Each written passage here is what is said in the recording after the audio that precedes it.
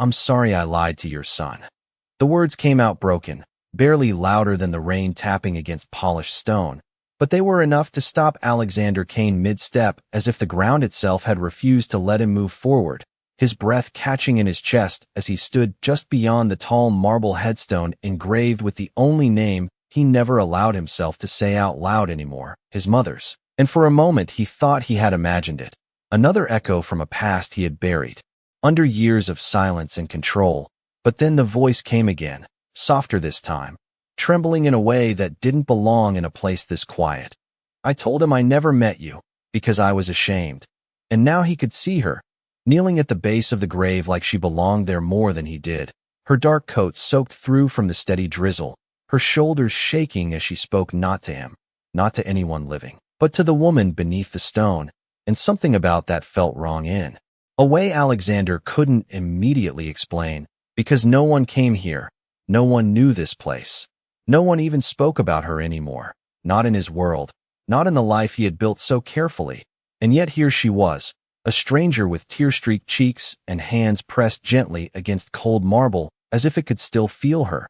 "She was the only one who ever looked at me like I mattered," the woman whispered, her voice cracking under the weight of something old and unhealed, and Alexander's jaw tightened as those words landed somewhere deeper than he expected, because that was the version of his mother the world had forgotten, the one he had tried not to remember, the woman who saw people others overlooked, who believed in things he had long since stopped believing in.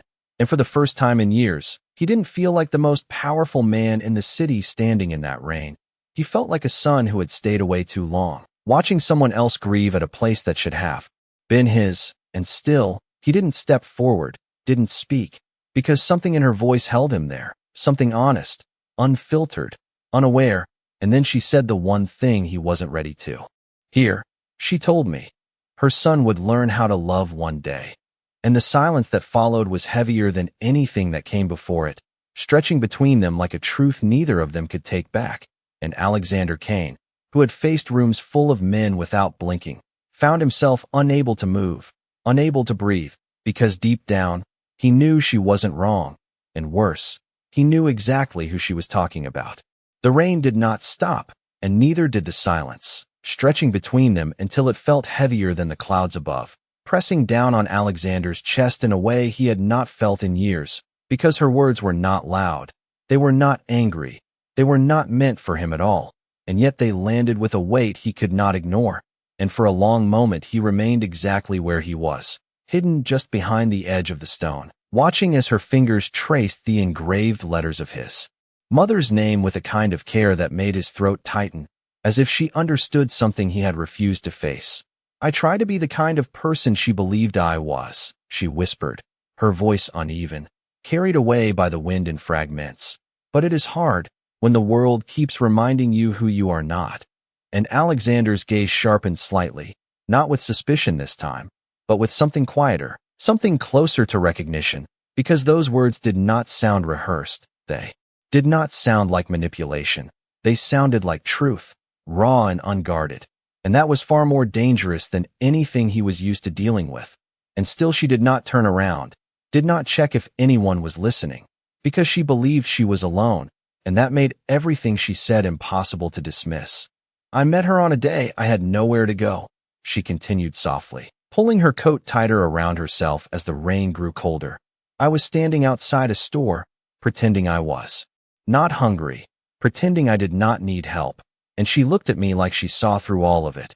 And Alexander's breathing slowed, his eyes narrowing slightly as a memory tried to surface, something distant, something he had not thought about in years, his mother stopping for strangers, speaking to people others walked past, bringing them inside without asking questions, and he had always told himself it was kindness. But now, hearing it from someone who had lived through it, it sounded like something else, something braver, something he had never quite understood. "She bought me a meal," the woman said, her voice trembling again. "But more than that, she sat with me, like I mattered, like I was not invisible." And for the first time, Alexander felt a sharp pull of something he could not immediately name, because he had built a life where people spoke to him carefully, where every word was measured, where respect was given out of fear or obligation, not because anyone truly saw him. And yet here was a stranger describing his mother as if she had been the only person in the world who understood what it meant to be seen, and it unsettled him more than any threat ever could. She told me I did not have to prove anything to anyone, the woman whispered, lowering her head slightly, her forehead almost touching the cold stone. She said dignity is something no one can take unless you give it away. And Alexander's eyes closed for just a second, because that sounded exactly like her. Exactly like the woman he had tried to forget, the woman who had once told him the same thing when he was younger, before he chose a different path, before he decided that power mattered more than softness, more than patience, more than understanding, and now, standing in the rain, listening to a stranger repeat his mother's words back to him, he felt something shift in a way he could not control, something quiet but undeniable, like a crack forming beneath a surface he had spent years hardening, and still, he had not said a single word, because he was no longer sure what he would say if he did. The rain softened into a quiet mist, but neither of them moved, and the space between them felt smaller now, heavier, as if the air itself had begun to listen, and Alexander found his eyes drawn not to the name carved in stone, but to the woman who spoke to it as if it could still answer, her voice steadier now, though the weight behind it had not lifted. "I wanted to tell you the truth," she said, almost apologetically, as if she owed that honesty to the woman beneath the ground. "But when I met him, I could not." And that was the moment something inside Alexander sharpened again, not with anger, not yet, but with a quiet alertness, because now the words were no longer just memories. They were moving toward him, towards something personal, something present, and still he did not interrupt, did not reveal himself, because he needed to hear where this was going. "He asked me if I had ever known kindness like hers," she continued, her fingers tightening slightly against the edge of the stone. "And I told him no."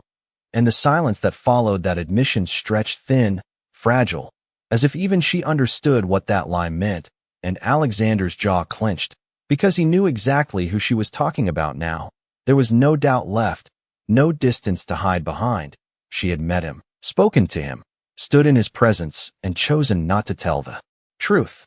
And yet, as the thought settled, it did not bring the anger he expected. It brought something else, something colder, something closer to disappointment in himself, because he could already hear the reason forming before she said it. "I was afraid of what he would see when he looked at me," she whispered, her voice breaking again. "Not the girl your mother helped, but the person I became after she was gone." And Alexander felt that sentence land deeper than any accusation ever could. Because it was not about him, not directly. It was about what his world had done to people like her, what his presence represented without him needing to say a word, and that realization settled in his chest with an unfamiliar weight, pressing against something he had spent years ignoring. "He does not look at people the way she did," she added quietly, almost to herself. "He looks through them, like they are already decided, already judged." And for the first time since he arrived, Alexander's gaze dropped, not out of weakness, but because he recognized the truth in that reflection, because that was exactly how he had learned to survive, to lead, to protect what he believed mattered, and hearing it, spoken so simply, without accusation, without anger, made it impossible to defend. "I did not want to disappoint her," the woman continued, her voice barely audible now. "I did not want her to know that I was afraid of her own son." And the words settled into the quiet like something final, something that could not be taken back, and Alexander Kane, who had built his life on control and certainty, found himself standing in the rain, unable to move, because for the first time, he was not being challenged, not being threatened, not being opposed. He was being seen, and it was far more unsettling than anything he had ever faced. The quiet did not break, but something inside it shifted, subtle and irreversible, like the moment before a storm changes direction, and Alexander finally stepped forward, not with the force people expected from him, not with authority or command, but with something slower, something uncertain, his shoes pressing softly against the damp ground as he moved into her line of sight, and the sound alone was enough to make her freeze, her shoulders stiffening as if the world had suddenly caught her. In a moment she never meant to share, and when she turned, her breath stopped, her eyes widening as recognition struck her all at once. Not gradual, not hesitant, but immediate and overwhelming, because she knew exactly who stood before her. Even without introduction, even without words, the weight of his presence was unmistakable, and for a second, neither of them spoke. The rain continuing its quiet rhythm around them as if it did not dare interrupt what was unfolding, and Alexander did not look angry, not in the way she might have feared, but there was something in his gaze that was harder to face, something searching, something that made it impossible to look away without feeling like she was running from the truth she had just spoken.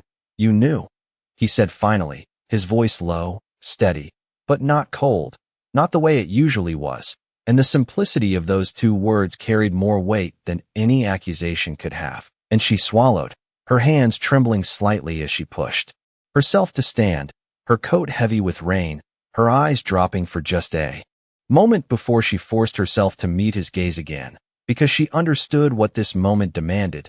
"Yes," she answered quietly, her voice still unsteady but honest, and the honesty in it made something tighten in his chest again, because there was no denial, no excuse, no attempt to soften what she had done, and yet, it did not feel like betrayal. It felt like something else, something more complicated, something he could not easily categorize. "Why did you lie?" he asked, not sharply, not accusing, but genuinely, as if he already knew part of the answer and needed to hear the rest. And she hesitated, not because she did not have an answer, but because she was choosing whether to give it to him, whether to trust that the man standing in front of her was capable of hearing it without turning it into something dangerous. And then she exhaled slowly, her shoulders lowering just enough to show she had made that choice. "Because I saw the way people looked at you," she said, her voice steadier now, even as her eyes held a quiet vulnerability. "And I knew they were not wrong to be careful." And the words did not attack him. They did not accuse him, but they did not protect him either. They simply existed, plain and unfiltered. And for a moment, Alexander said nothing, because he could not deny them, could not dismiss them as ignorance or fear. They were observations, shaped by experience. And he recognized that. "I did not want to be another person you decided about in a second," she continued, her gaze unwavering now, even as her voice softened. "I did not want to stand in front of you and feel like I had already been judged before I even spoke." And that was the moment something deeper shifted, not just in the silence, but in him, because those words did not come from defiance. They came from someone who had learned to protect what little dignity she had left, and Alexander realized, standing there in the rain, that she had not lied to deceive him, she had lied to survive him. And that truth lingered between them, heavier than anything that had been said before, as the rain continued to fall and neither of them looked away. The rain continued to fall in a steady rhythm, but neither of them seemed to notice anymore, as if the world beyond that small space had faded into something distant and irrelevant. And Alexander stood there, looking at her not as a stranger now, not even as someone who had lied to him, but as someone who had just revealed a truth he could not ignore. And for the first time, he did not respond immediately, did not assert control over the moment the way he always had, because there was nothing to control here, nothing to command, only something to understand. And that unfamiliar hesitation lingered in the air between them, quiet but unmistakable. "You were afraid of me," he said finally, not as a question, but as a realization spoken out loud. And she did not look away this time, did not try to soften it or deny it, because there was no point in pretending anymore, not after everything she had already said. "Yes," she answered, her voice calm now, not defensive, not apologetic, just honest. And that honesty landed differently than anything else had, because it did not challenge him, it did not accuse him, it simply existed, and that made it impossible to push aside. And Alexander exhaled slowly, his gaze shifting for a moment toward the name carved into the stone beside them, as if searching for something there, something he had missed, something he had forgotten. "She was not afraid of anyone," he said quietly, almost to himself, and the words carried a weight that was not meant to impress, but to remember. And the woman's expression softened slightly at that, not because she disagreed, but because she understood what he was really saying beneath it. "No," she replied gently, "she was not." And for a brief moment, they stood on the same side of something, not divided by status or power, but connected by the same memory of a woman who had seen people differently, and that connection, however small, shifted the atmosphere again, making it harder for Alexander to retreat back into the distance he was used to maintaining. She told me something else that day. The woman continued, her voice quieter now, more careful, as if she was stepping into something delicate, something that mattered more than everything else she had already said, and Alexander's attention returned to her immediately, not out of suspicion, but out of something closer to anticipation, because he could feel it, the weight of what was coming next. She said that people like you. She paused slightly, not out of fear, but to choose her words carefully. People with power are not born without kindness. They just learn to hide it. And the sentence settled between them, not as judgment, but as something unfinished, something waiting. And Alexander felt something tighten in his chest again, because he recognized that idea, not from his own thoughts, but from hers, from the woman whose absence had shaped everything he had become, and hearing it now, spoken back to him by someone who had carried it all this time, made it feel less like a memory and more like a question, one he had never answered. I think she believed you could still find it. The woman added softly, her eyes steady on his, not challenging, not demanding, just present. And for a moment, Alexander Kane did not look like the man people feared. He did not look untouchable or distant. He looked like someone standing at the edge of something he did not know how to step into. Because the truth was not loud. It did not force him to react. It simply waited, and that made it harder to ignore. And as the rain continued to fall around them, the silence returned. But this time it was different, not empty, not cold, but filled with something neither of them could fully name yet, something that lingered just beneath the surface, waiting for him to decide what to do with it. The words did not fade. They stayed, suspended between them like something that refused to be ignored, and Alexander felt them settle deeper than anything else she had said, not because they were louder or sharper, but because they sounded like something he had once believed and then chosen to forget. And for a moment he said nothing, his gaze drifting again to the stone beside them, to the name that carried more weight now than it had when he first arrived, as if hearing it through her voice had changed something about it, made it impossible to see it the same way, and the silence stretched long enough that it began to feel intentional, not empty but deliberate, as if he was standing inside a decision he had not yet made, and she did not interrupt it, did not rush to fill it, because she seemed to understand that whatever came next did not belong to her, it belonged to him, and that understanding, that restraint, only made her presence more real, more difficult to dismiss. You still believe that, he said finally, his voice lower now, not questioning her but trying to understand the part of her that had held on to something he had let go of, and she did not hesitate this time, her answer coming with a quiet certainty that did not need to prove itself. I do, she said, and there was no hesitation in it, no doubt, just something steady and grounded, and that certainty unsettled him in a way he could not explain, because belief, real belief, was not something he encountered often, not in the world he had built, where everything was measured, negotiated, controlled, but here, in the rain, in front of a grave he had avoided for too long, it felt different. It felt like something he could not negotiate with. Even after everything, he said, and the words carried more than they revealed, more history than he was willing to explain, and she seemed to hear that, seemed to understand that there was more behind that sentence than he was saying, especially after everything. She replied softly, and the difference between those two perspectives settled between them like a quiet challenge, not confrontational, not aggressive, but undeniable, and Alexander felt something shift again, something that did not come from her words alone, but from the way she stood there, unafraid now, not because she believed he was harmless, but because she had chosen to be honest anyway, and that kind of courage was unfamiliar to him, not the loud kind, not the kind that demanded attention, but the quiet kind that stood its ground without asking for permission, and he found himself studying her differently now, not as someone beneath him, not as someone he needed to assess or control, but as someone who had stepped into a space he had avoided and spoken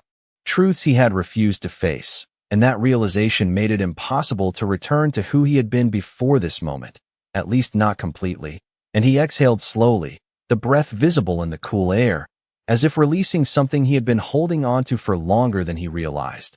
I do not remember the last time I believed anything without questioning it, he admitted. The words quieter than anything he had said so far, and they were not meant to impress, not meant to shift the moment in his favor.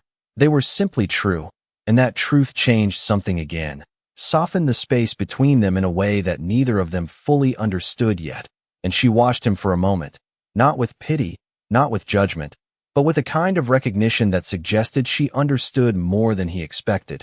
Maybe that is why she believed in you, she said gently, and the sentence did not land as comfort. It landed as something heavier, something that asked more of him than he had ever been willing to give.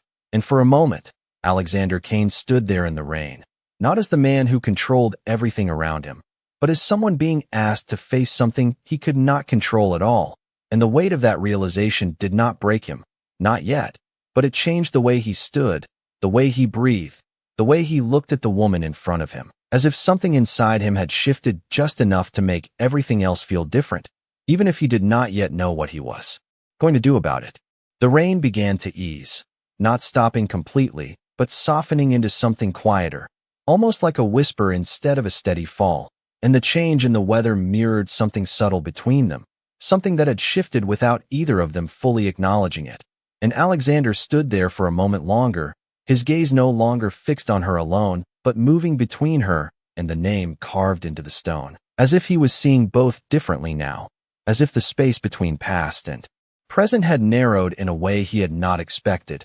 And when he finally spoke again, his voice carried less weight of authority and more weight of something internal, something unresolved. "What is your name?" he asked, not because he needed to know, but because it felt wrong not to, and she hesitated only briefly before answering, her voice steady despite everything that had passed between them. "Naomi," she said, and the simplicity of it grounded the moment in a way that titles and status never could, and he nodded slightly, repeating it once under his breath as if committing it to memory, not out of obligation, but out of something quieter, something that felt unfamiliar to him. And for a moment, neither of them spoke again, the silence returning, but this time it was not heavy or tense, it was reflective, as if both of them were standing in the aftermath of something neither had planned. And Naomi shifted her weight slightly, her eyes glancing toward the path that led away from the grave, not in a hurry, but with the quiet understanding that this moment could not last forever, that whatever had been said here would remain here, carried only by those who had witnessed it. And Alexander noticed the movement, the subtle intention behind it, and something in him resisted it, not out of control, but out of something closer to reluctance, because letting her walk away felt like closing something he had just begun to understand. And yet he did not stop her, not immediately, because he was still standing at the edge of that realization, still trying to decide what it meant. "You came here often," he said instead, the question softer than it might have been, less about information and more about connection. And Naomi looked back at the stone for a moment before answering, her expression calm now, though the traces of emotion had not completely faded. "Whenever I felt like I was losing myself," she said, and the honesty in it did not surprise him anymore, not after everything else she had shared, but it affected him differently now, because he understood it in a way he had not expected. "She reminded me that I was more than what people decided I was," she added quietly, and the words lingered in the air again, not as something new, but as something that had already begun to take root. And Alexander felt that same pull in his chest, that same quiet shift that had started earlier, growing just enough to make it impossible to ignore. And he glanced once more at the stone, at the name he had avoided, and for the first time, it did not feel distant, it felt present, as if everything that had been said had brought it back into something real, something he could not keep separate from who he was now. And when he looked back at Naomi, there was something different in his expression, something less guarded, less fixed, as if the lines that defined him had softened just enough to let something else through. And he did not fully understand what that meant yet, but he knew it mattered, because this was not a moment he could walk away from unchanged. And as Naomi turned slightly, preparing to leave, the distance between them began to grow again, not physically at first, but in the quiet awareness that whatever happened next would define whether this moment remained just a memory or became something more, and Alexander Kane, who had always known exactly what to do, found himself standing still for a second too long, caught between who he had been and who he might become, and that hesitation, small as it was, carried more weight than anything else he had done that day. She took a step away, then another, her shoes pressing softly against the damp gravel as the distance between them finally became real, no longer just a hesitation but a direction, and for a second, Alexander let it happen, not because he wanted to, but because he had spent years letting moments like this pass without question, without reflection, because it was easier that way, easier to remain untouched, unchanged, unaffected, but something about this moment refused to follow that pattern. Something about the quiet honesty she had left behind made it impossible to return to that version of himself without acknowledging what he was leaving behind, and before he fully decided to, his voice cut through the space between them, not loud, not commanding, but clear enough to stop her. "Naomi," he said, and the way he spoke her name carried none of the distance it had before, none of the detachment he was known for.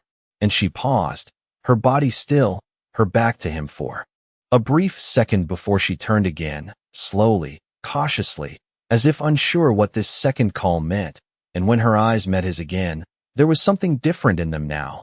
Not fear, not exactly, but a careful awareness, as if she understood that whatever came next mattered more than what had already been said, and Alexander took a step forward, closing just enough of the space to make the moment feel intentional, not accidental, and for the first time since he arrived, he did not seem like a man observing from a distance. He seemed like someone choosing to stay.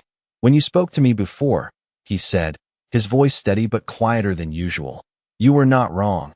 And the admission did not come easily. It settled into the air with a weight that made it clear how rare it was, how unfamiliar it felt, and Naomi did not interrupt, did not react immediately, because she understood that this was not just a statement.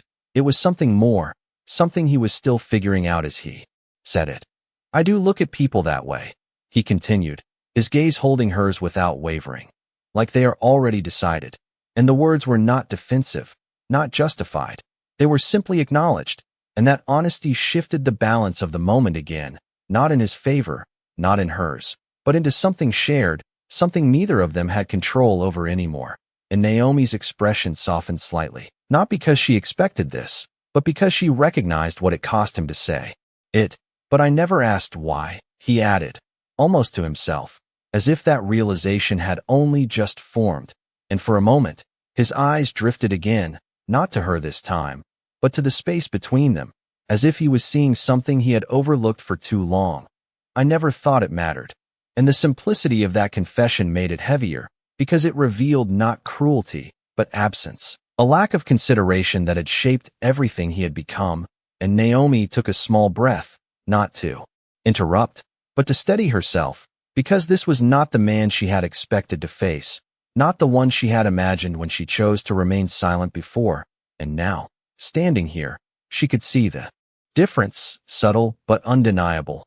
"It matters," she said gently, her voice no longer trembling, no longer uncertain, but grounded in something that had nothing to do with him and everything to do with what she had lived through.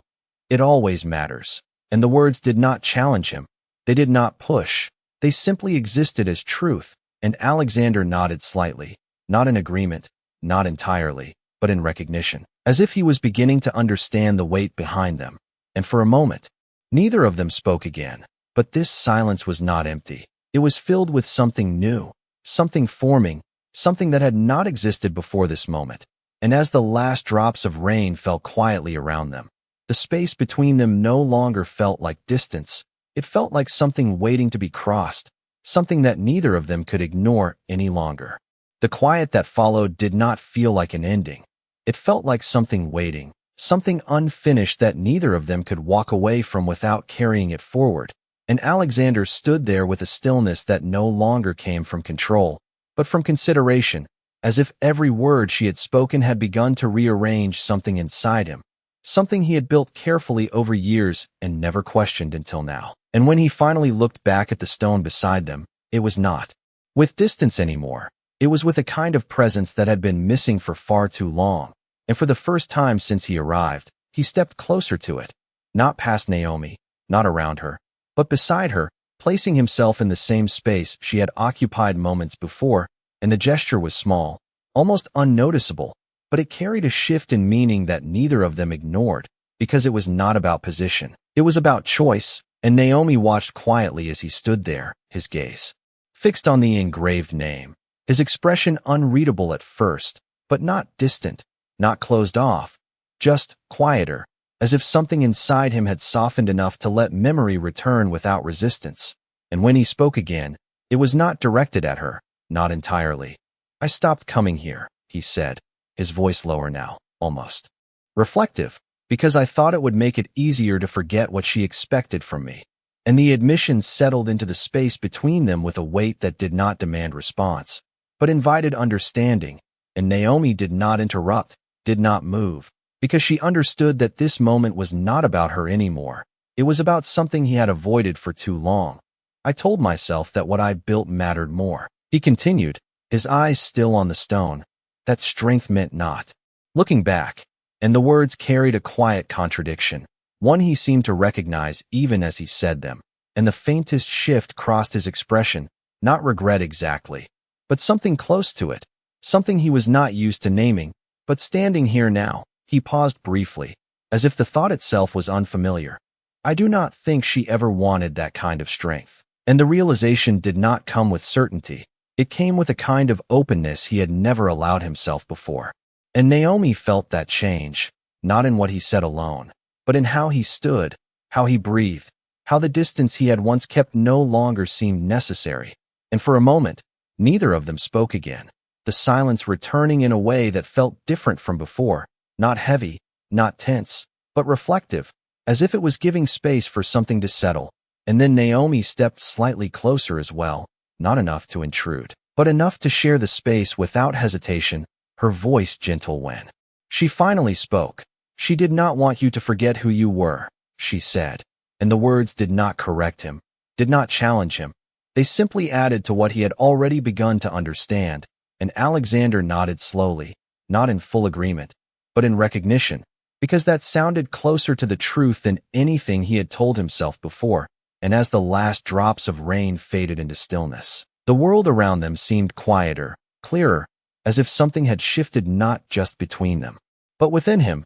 And for the first time in a long time, Alexander Kane did not feel like he was standing above everything, removed and untouchable. He felt present, grounded in a moment he could not control, but did not want to escape. And that realization lingered as he finally turned his head slightly toward Naomi again, not with authority, not with distance, but with something closer to respect, something unspoken but unmistakable, as if he was seeing her not as someone who had crossed into his world, but as someone who had reminded him of a part of himself he had left behind. And the silence that followed was no longer something to fill, it was something to hold, because both of them understood, without needing to say it, that this moment had already changed more than either of them expected.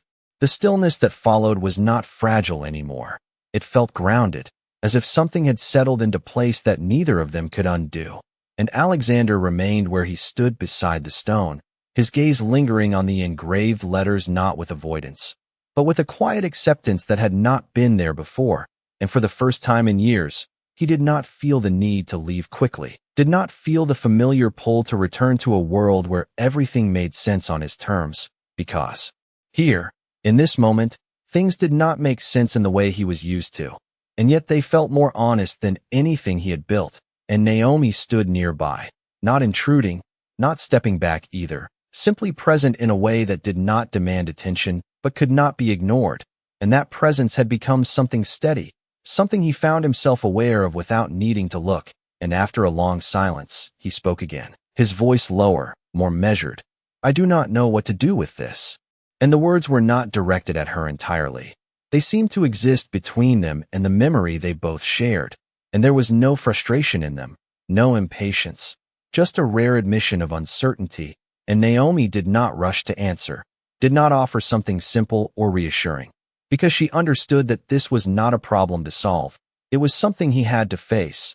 And when she did speak, her voice was soft but clear. "You do not have to decide everything today," she said, and the simplicity of that statement carried more weight than anything complicated could have, Because it allowed space where he had always demanded resolution, and Alexander nodded slightly, not because it solved anything, but because it shifted something, made the moment feel less like a turning point he had to define and more like something he could step into gradually.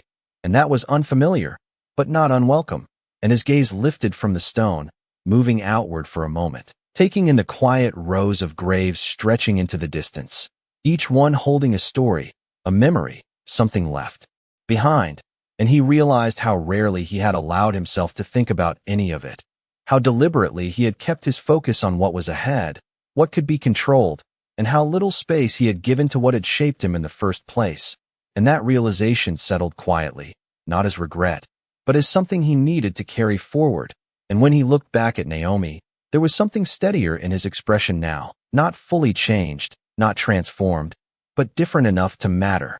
"You said she reminded you of who you were," he said, his tone thoughtful, as if he was working through the idea as he spoke it, "and that you came here when you felt like you were losing that." And Naomi nodded gently, her eyes meeting his without hesitation. "Yes," she said, and there was no need to explain further, because he understood it now in a way he had not before, and he took a slow breath, letting it out as if releasing something that had been held too tightly for too long. "I think I forgot that I had something to lose," he admitted, and the words were quiet, but they carried a weight that neither of them missed, because it was not about power or control or reputation. It was about something deeper, something he had set aside in order to become who he was. And Naomi's expression softened again, not with sympathy, but with recognition, as if she understood exactly what that meant without needing to say it. And the space between them remained calm, steady, no longer filled with uncertainty, but with something quieter, something that did not demand answers but invited them. And as the sky above began to clear just slightly, letting in a faint, pale light through the clouds, Alexander Kane stood there not as someone who had resolved everything, but as someone who had finally allowed himself to begin, and that beginning, small as it was, carried more meaning than anything he had left behind. The light breaking through the clouds did not feel dramatic. It was soft, almost hesitant, like the sky itself was unsure whether it should interrupt the quiet that had settled over the cemetery. And Alexander noticed it only after a moment. The faint shift in brightness touching the edges of the stone, outlining the carved letters in a way that made them stand out more clearly than before, and for a second, he simply watched it, not as a distraction, but as something that felt connected to everything else unfolding around him.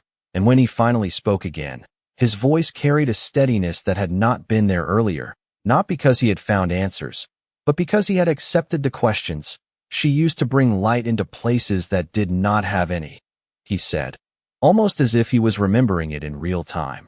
And Naomi glanced at the stone briefly before looking back at him, her expression calm, understanding, as if she had seen that same light in a different way, at a different time, and neither of them needed to explain it further, because it was not something that could be described completely. It was something that had to be felt, and the silence that followed was not empty. It was reflective, carrying the weight of shared memory. Even if their experiences had been different, and Alexander shifted slightly, his posture no longer rigid, no longer held together by control alone, but by something more grounded, something that allowed him to remain present, without needing to retreat.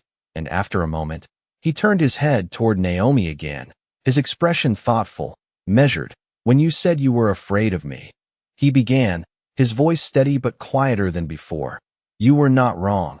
And the repetition of that acknowledgement did not weaken it, it deepened it, as if he was choosing to stand by it rather than move past it too quickly. And Naomi listened without interruption, her gaze steady, not expecting anything, not demanding anything, simply allowing him the space to speak. "But I do not want that to be the only thing people see," he continued, and the words came more carefully now, not because he was unsure, but because he was aware of their weight, aware that they mattered in a way his words usually did not, and that awareness changed how he spoke, how he chose each sentence. And Naomi's expression shifted slightly at that, not in surprise, but in recognition, as if she understood the significance of what he was saying, even if he had not fully defined it yet. "It does not have to be," she replied gently, and her voice carried no pressure, no expectation, only a quiet certainty that stood on its own, and Alexander nodded slowly, not because the answer was simple, but because it felt possible, and that possibility was something he had not considered before this moment. Not seriously, not in a way that could change anything. And now it lingered in his thoughts, not as an idea, but as something that required action, even if he did not yet know what that action would look like.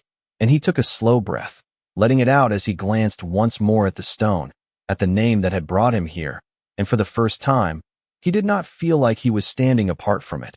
He felt connected to it again, not through obligation, but through something quieter, something he had almost lost. And when he looked back at Naomi, there was a clarity in his gaze that had not been there before, not complete, not final, but enough to show that something had changed, something that would not disappear once he left this place. And as the light continued to grow slightly stronger through the thinning clouds, the moment between them remained steady, not dramatic, not overwhelming, but meaningful in a way that did not need to announce itself, because both of them understood, without needing to say it, that this was not the end of something. It was the beginning of something neither of them had expected, and that beginning, quiet as it was, carried a weight that would follow them long after they walked away from this place. The air felt different now, lighter but not empty, as if something heavy had finally been set down, even if only for a moment. And Alexander remained where he stood, his presence no longer defined by distance or control, but by something quieter, something that allowed him to stay without needing to dominate the space around him. And Naomi noticed it, not in what he said, but in how he stood, how he no longer seemed separate from the moment. And that subtle change carried more meaning than anything spoken. And for a while neither of them moved, the stillness settling into something almost peaceful, as if the place itself had accepted what had passed between them. And then Naomi glanced once more at the stone, her expression softening in a way that felt like closure rather than grief. And when she spoke again, her voice was calm, steady. "I used to think coming here was about remembering her," she said, her eyes lingering on the engraved name. "But I think it was really about remembering who I was when she believed in me." And the words carried a quiet realization, something that had shifted inside her just as it had inside him. And Alexander listened carefully, not interrupting, not trying to shape the meaning, just letting it exist. And for a moment, he found himself looking at the stone differently again, not as a marker of loss, but as something that had continued to shape lives long after it should have been silent. And that thought settled deeper than he expected, because it meant that what his mother had stood for had not disappeared. It had simply moved into places he had not been willing to see. And Naomi took a small step back then, not out of hesitation, but with the quiet understanding that her place in this moment was coming to an end, that whatever had been shared here had reached its natural conclusion, and she did not look away when she did it, did not try to fade into the background. She simply remained present, even as she prepared to leave. And Alexander noticed, his gaze following that small shift, and this time, when the distance began to grow, he did not remain still. He stepped forward, not to stop her, not to hold her there, but to meet her where she stood, to make it clear that this moment mattered enough not to let it end without acknowledgement. And when he spoke, his voice carried a quiet clarity that had not been there before. "You did not have to tell me any of this," he said. And the words were not a question, not an accusation, but a recognition, something that acknowledged the weight of what she had shared. And Naomi held his gaze for a second before answering, her expression calm, grounded. "I did not do it for you," she said gently. And there was no harshness in it, no distance, just honesty. And that honesty did not push him away. It grounded him further, because it reminded him that this moment was not about him alone. It was about something larger, something that had existed before him and would continue after. And he nodded slowly, not in agreement or disagreement, but in understanding, because he could see that now, could feel it in a way he had not allowed himself to before. And for a moment, they stood there facing each other, not as opposites, not divided by power or circumstance, but connected by something simple and undeniable, a shared recognition of what had been lost and what still remained. And as Naomi finally turned to leave, her steps steady and unhurried, Alexander did not call her back this time, did not try to extend the moment beyond what it was meant to be.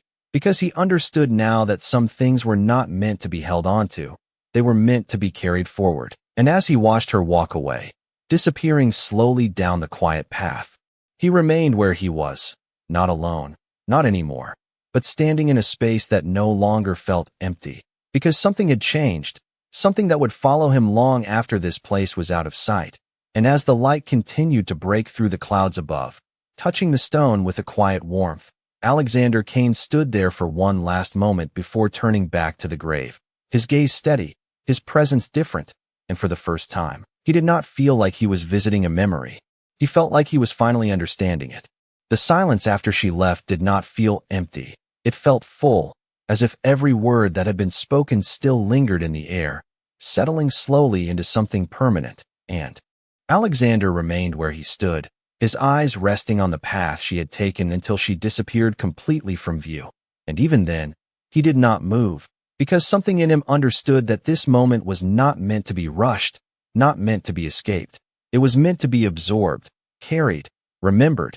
And when he finally turned back toward the stone, the world around him felt quieter in a way that had nothing to do with sound. It felt clearer, as if something inside him had shifted just enough to change how he saw everything else.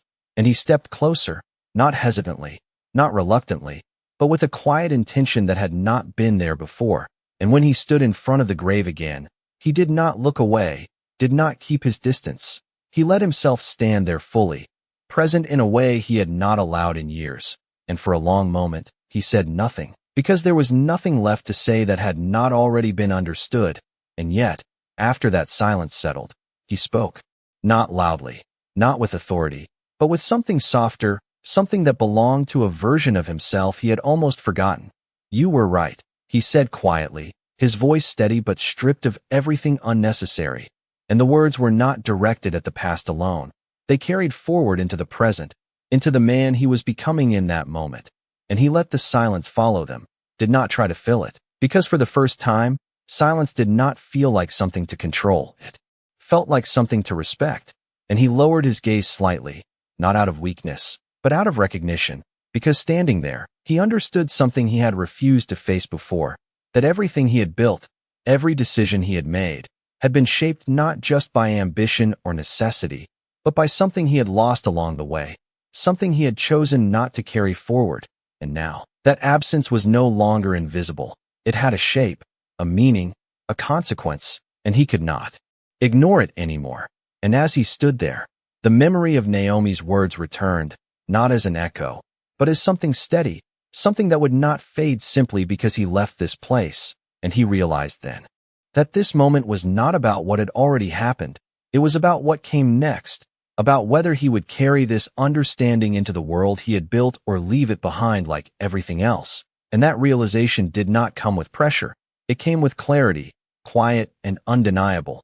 And for the first time, Alexander Kane did not feel the need to decide immediately, did not feel the urgency to define what this change meant. He only felt the certainty that it mattered, that it would shape something ahead, even if he could not yet see exactly how.